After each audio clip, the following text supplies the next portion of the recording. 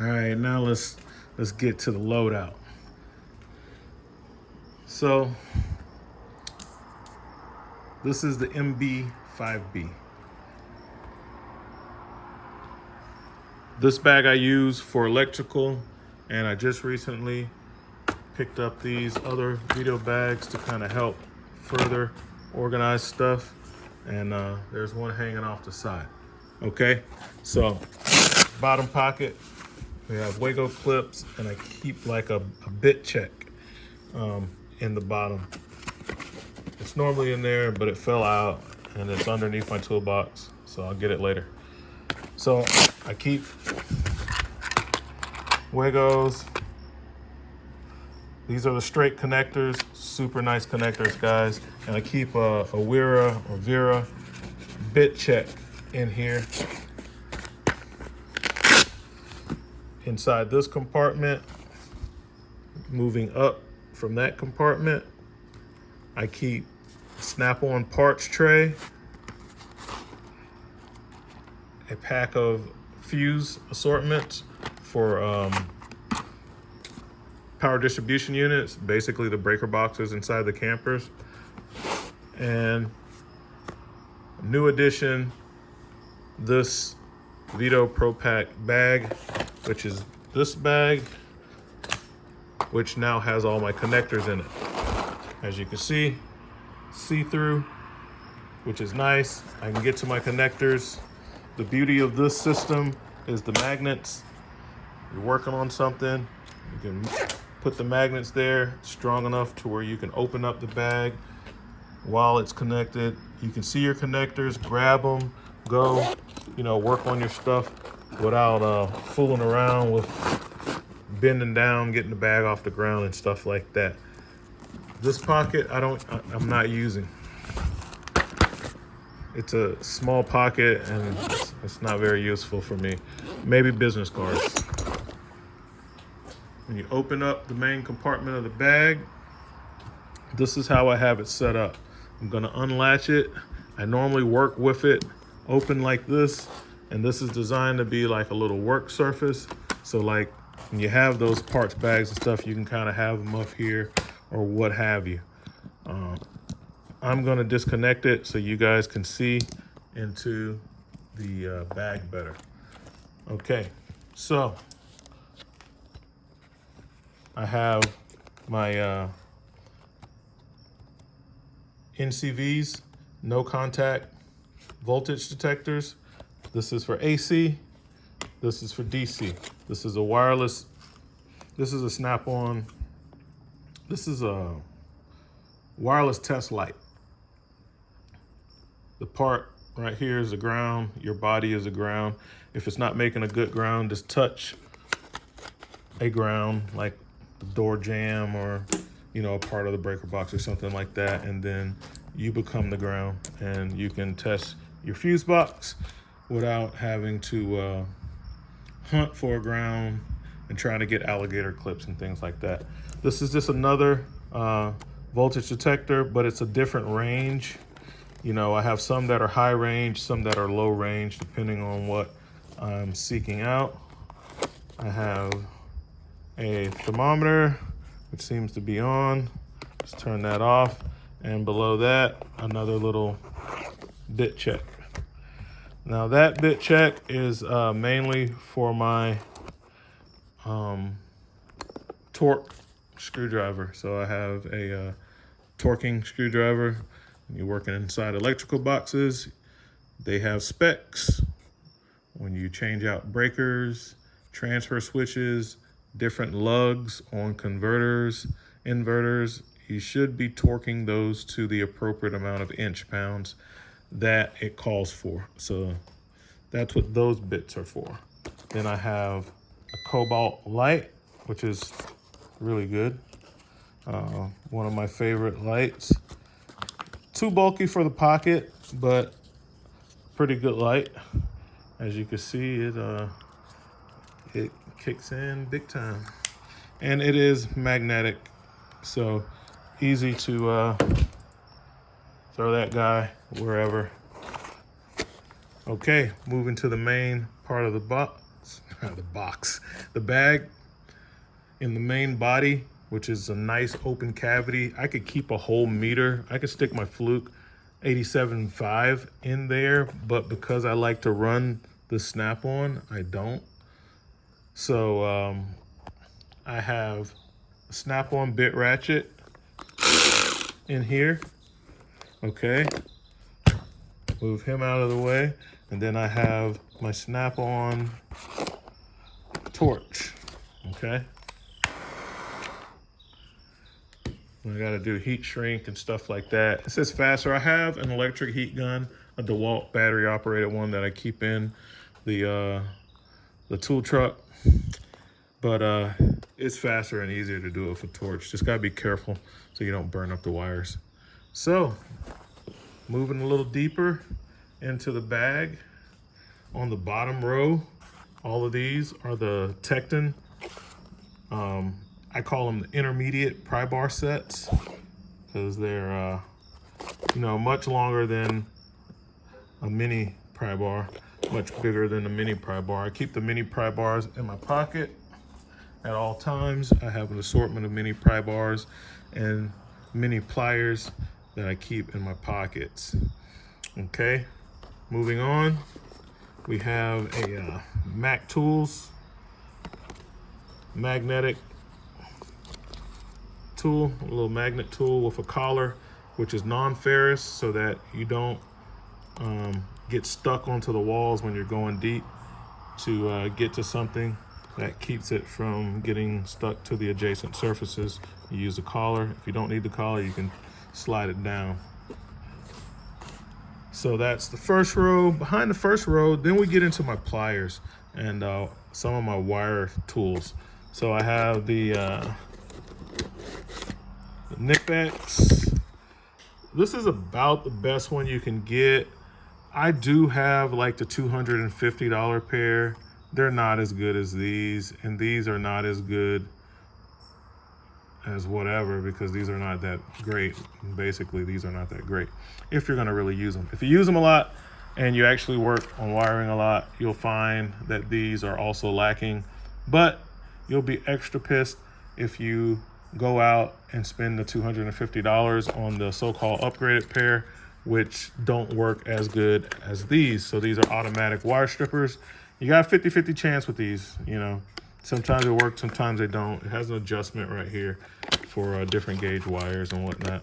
But, your mileage will vary. I have warrantied them out for that same reason, and they do send me new pairs. They make me pay for the shipping on that when they send them. I have to pay like $10 for the shipping, which I don't like because it's your defective tool. You pay for the shipping. That's an incentive for you to make a better tool. Got the Icon needle nose pliers in with those, and I'll show you what other automatic strippers work much better than the Knipex and are a fraction of the cost when we get to that side of the bag. I have this is just an insert for this Ideal little flip screwdriver thing. It comes in handy. This is a recent addition to the bag,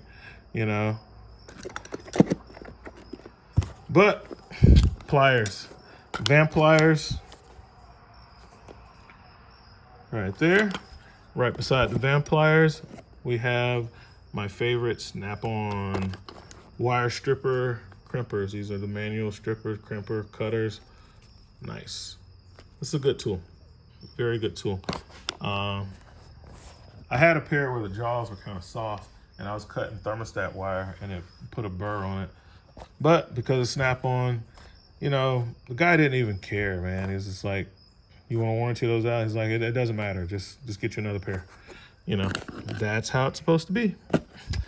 That's why you're paying $50 or $60 for them, And I warranty out a lot of stuff because I be using this stuff, man, and I tear it up sometimes.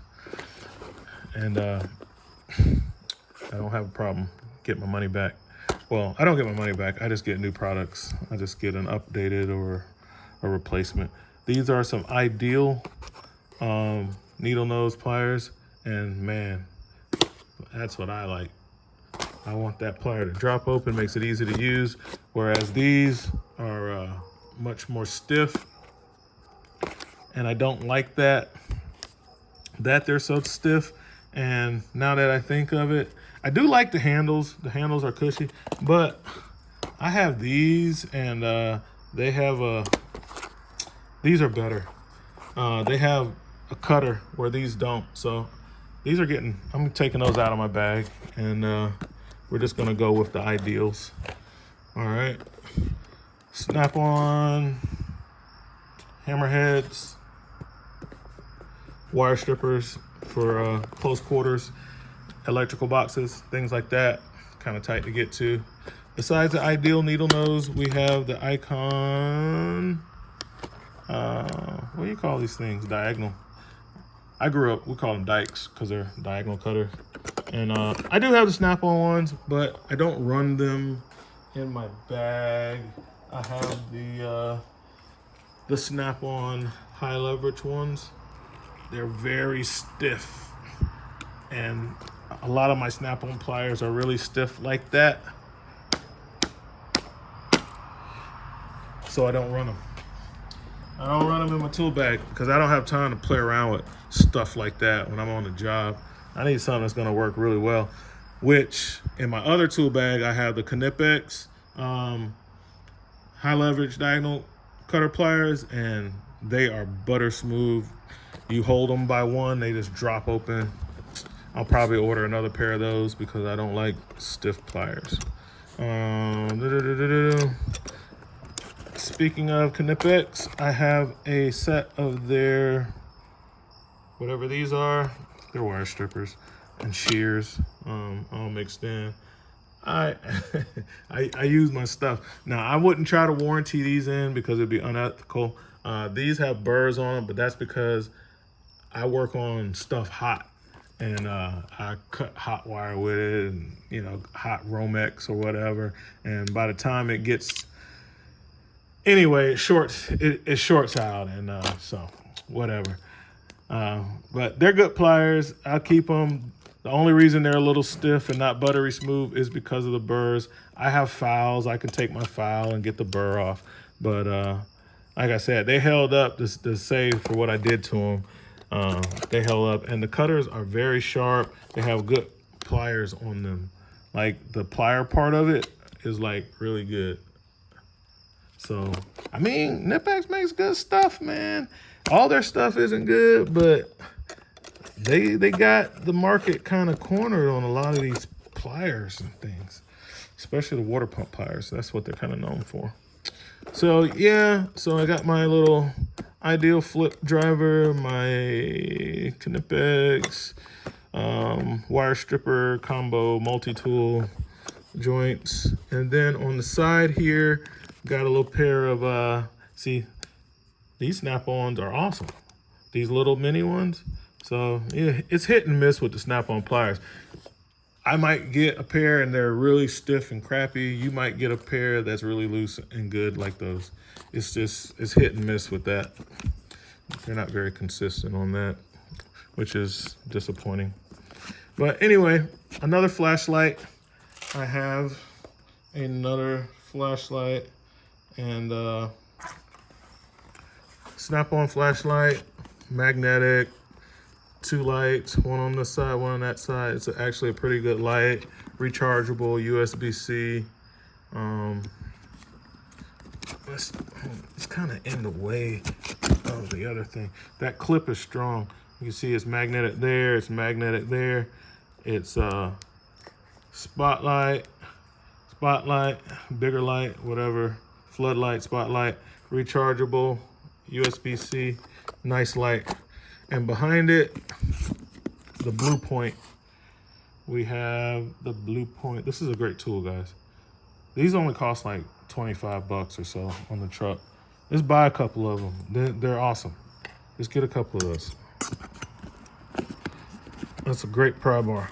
I mean, it's really like a sheet metal skin tool, but it works great as a pry bar. And then I keep a inspection mirror. This one is PT, so that'd be from AutoZone. That's right, RV Tech Pro, guys. And on the side, snap-on long needle nose. There's a part number. Kind of keep those because the pocket goes all the way on the side, so keep those kind of hanging out on the side. Put the mirror back. Okay. And my flashlight. All right, so what else? We have the pair of snap-on, this slip joint pliers. You know, they use the triple joint, slip joint. And these are the ones that also can accommodate like spring clamps and stuff. So I get the benefit of having my slip joints, plus if I run into spring clip, I got that. All right.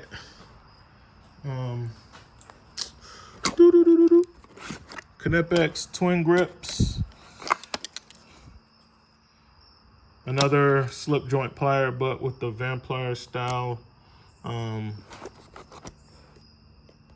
front end for taking out screws that are like rounded out.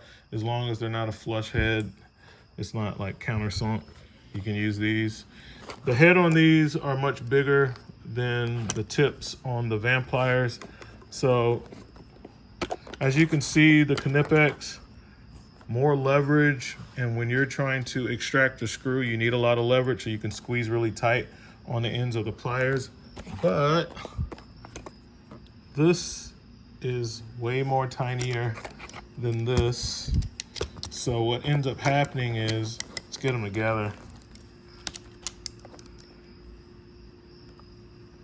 Some things like inside tracks and stuff on RVs, that's gonna be pretty much all of your screw mold, you know, awning rail, all your track mold that has the inset trim in it. That's like most of your exterior screws. You need something that's small enough to get inside the track and extract the screws. So the twin grips fail right there because they're just too big. They're too big on the tips. They work better in a wide open space. They work better than the Pliers because of the leverage, but the Pliers can get into tighter places, so they become more useful. A snap-on ratcheting screwdriver right here, bit storage on the inside.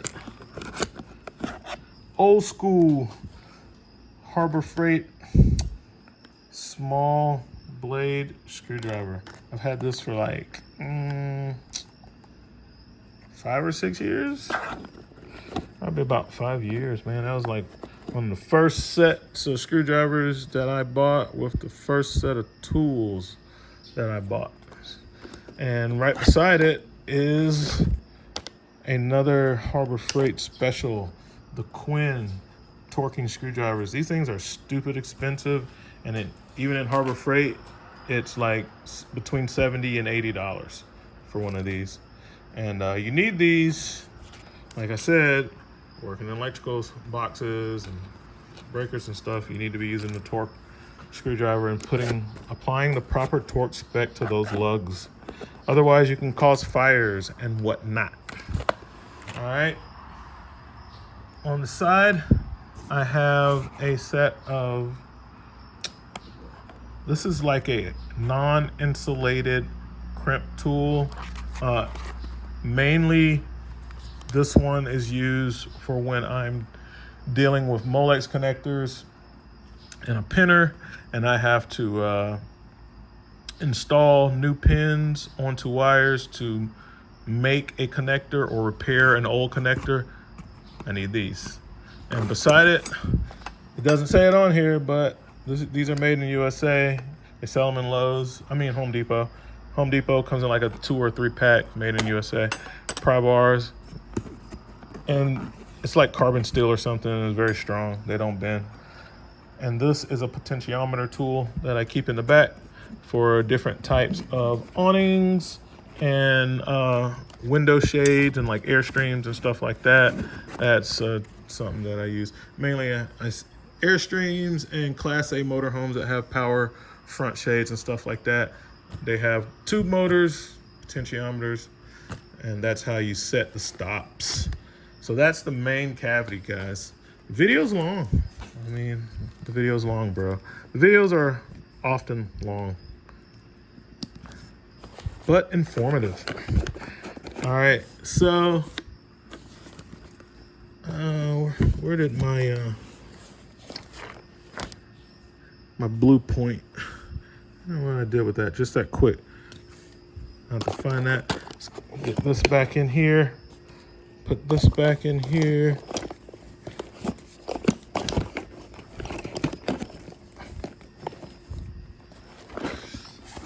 That's the front compartment.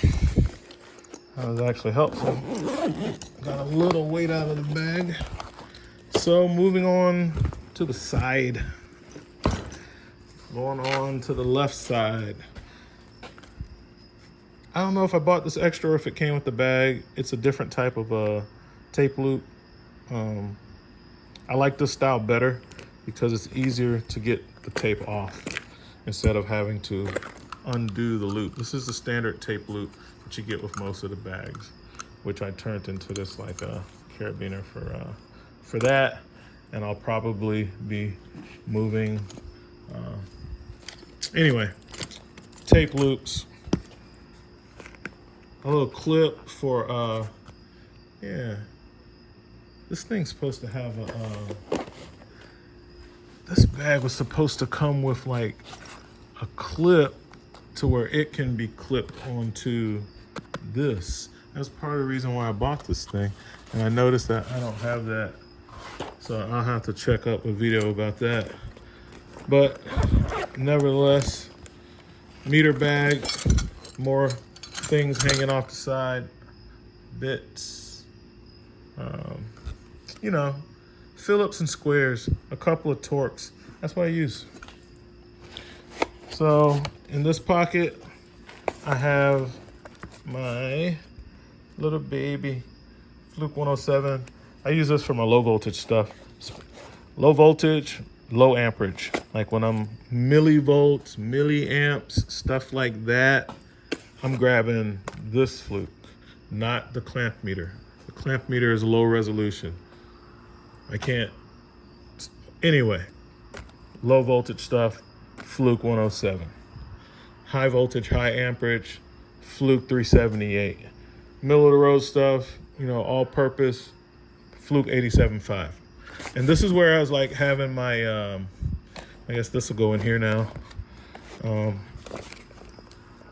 My meter leads, which I have moved over to this bag right here. Made in USA. Veto bag has all my multimeter stuff in it now.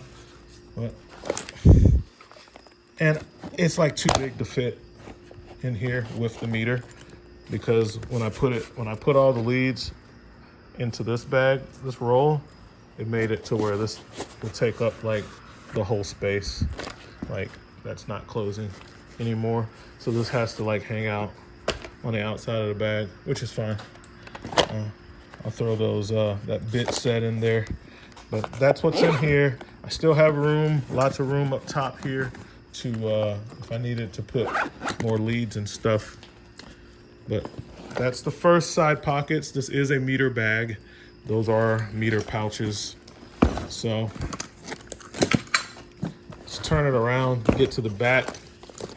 These straps are not padded like the straps on the Tech Pack, like my big Veto Tech Pack, and they're nowhere near like that. So they are gonna put a little bruising on your shoulders if you're trying to one strap this. It works fine as a 2-strap application.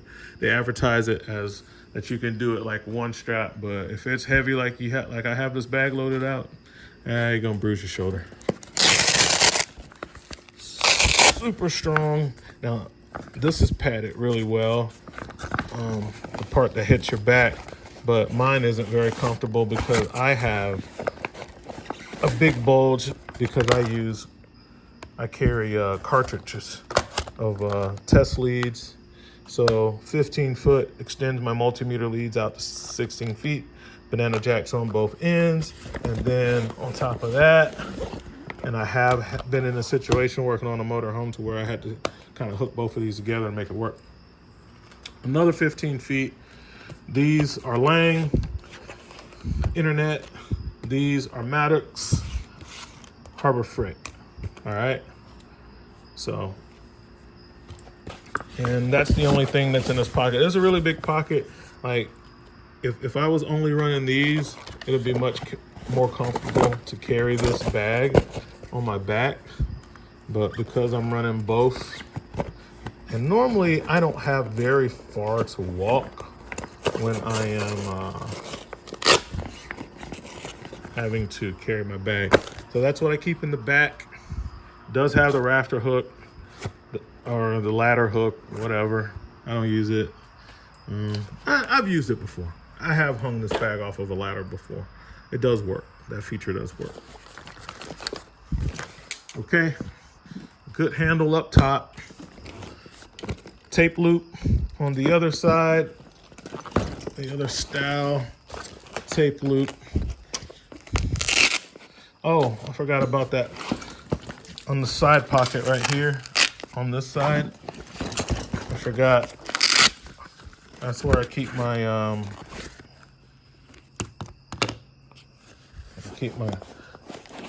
my socket testers with GFCI test. This one, a Sperry. Is this more of a manual one?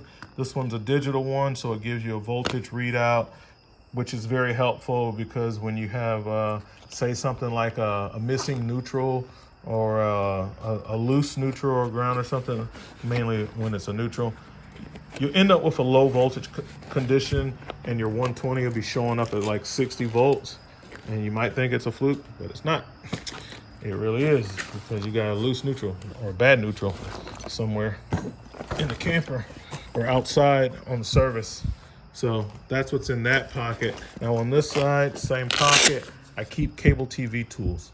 So all my CATV stuff here, crimpers, strippers. Let's take it out, man. The video's already past 20 minutes. It doesn't matter.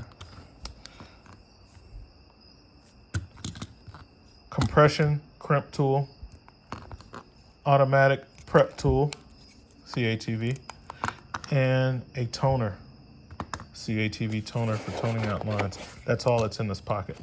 I keep my CATV tools in here. So when I have to work on coax, I know that I can go in this front pocket and I'm gonna have everything that I need to get the job done, except for the connectors, which are gonna be in that same bag that has all the rest of the connectors. I have, they sell these on the Snap-on truck, but they're mad expensive.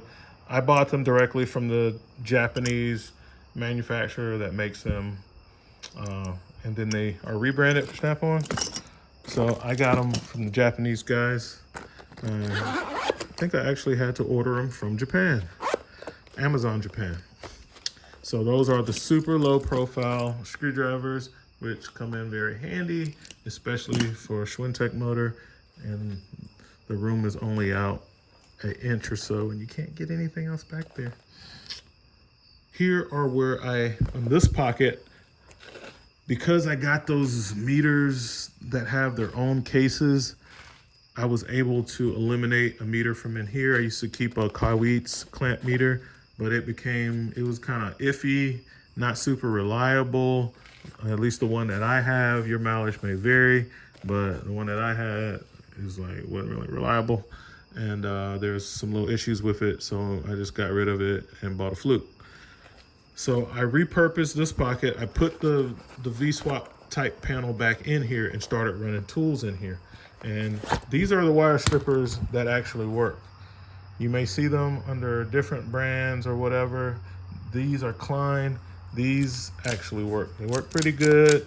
They're not perfect, but you can manipulate them in a way, kind of like jerk the head as you're doing that on tough wire, and it still strips the insulation. So we have that. We have a tried and true, this is a real deal. This is a Milwaukee I've had these for many years, and they're still sharp. It has the shears built in. Knipex kind of made theirs to kind of hit against these guys. But I have them both. The Milwaukees are smaller than the Knipex, so sometimes that's advantageous. These make great fuse pullers when you're pulling fuses. All right, then we have the other snap-on hammerheads and a set of crimpers. These are not Kleins, these are Klein knockoffs, but man, that baby is loose just the way I like it. Just boom. These are Doyle. Harbor Freight, guys. Yep. I buy it all. I buy what works. And it doesn't matter. If it costs a little bit, costs a lot, it don't matter. I buy what works for me. You buy what works for you.